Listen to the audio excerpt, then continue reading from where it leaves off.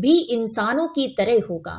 مجاہد رحمۃ اللہ علیہ نے اللہ تعالیٰ کے اس فرمان کے متعلق کہا ہے کہ یقیناً جنوں کو یہ معلوم ہے کہ وہ پیش کیے جائیں گے۔ قرآن میں جنوں کو مرنے کے بعد اٹھانے کی طرف متوجہ کیا گیا ہے، جس سے ان کی بھی موت و حیات کا ثبوت ملتا ہے۔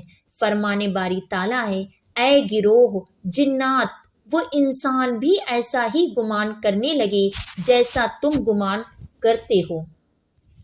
اللہ مرنے کے بعد ہرگز کسی کو نہیں اٹھائے گا۔ ناظرین، اس امید کے ساتھ اجازت دیجیے کہ آپ کو ہماری ویڈیو پسند آئی ہوگی۔ پھر ملتے ہیں بہت جلد ایک نئی تاریخی، تحقیقی اور معلوماتی ویڈیو کے ساتھ۔